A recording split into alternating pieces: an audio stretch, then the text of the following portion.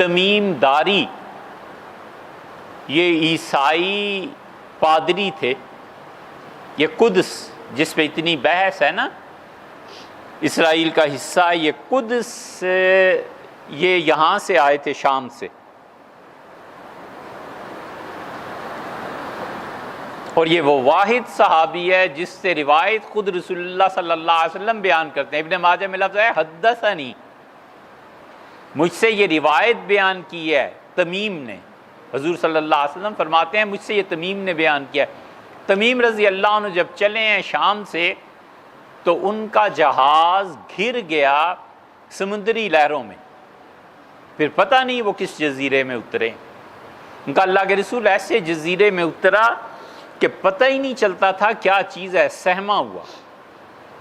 اور ایک آدمی آیا یا عورت آئی، سر سے پاؤں تک اس کا جسم بالوں سے اتنا اٹا ہوا تھا کہ پتہ ہی نہیں چلتا تھا کہ آگا پیچھا ہے کیا. تو میں نے کہا تم دجال ہو؟ اس سے کہا نہیں، میں اس کی جاسوسا ہوں. میں نے کہا دجال کہاں ہے؟ اس سے کہا فلاں جگہ ہے. تو مجھے لے گیا اور پھر دجال سے میری باتیں ہوئیں. اور دجال نے مجھ سے پوچھا موسیٰ علیہ السلام کا آ گئے؟ میں نے کہا ہاں وہ تو گزر گئے. اس سے کہا اور وہ پھر آ گئے وہ چشمہ خشک ہوا جہاں پر لوط علیہ السلام کی بیٹیاں آئی تھیں. یہ چشمہ دمشق میں ہے. ہم دمشق گئے تھے، بہت علماء سے پوچھا کہ وہ چشمہ کہاں ہے، کہنے لگے بہت ہیں، کچھ پتہ نہیں چلتا. تو اس نے کہا جب وہ چشمہ خشک ہو جائے گا نا دمشق میں تو میرے آنے کا وقت قریب ہو جائے گا. پھر اس نے آپ کے متعلق پوچھا. میں نے کہا ہاں محمد صلی اللہ علیہ وسلم آ گئے ہیں. پھر وہ چپ ہو گیا. رسول اللہ صلی اللہ علیہ وسلم لوگوں یاد رکھو دجال کو اس کا غصہ نکالے گا.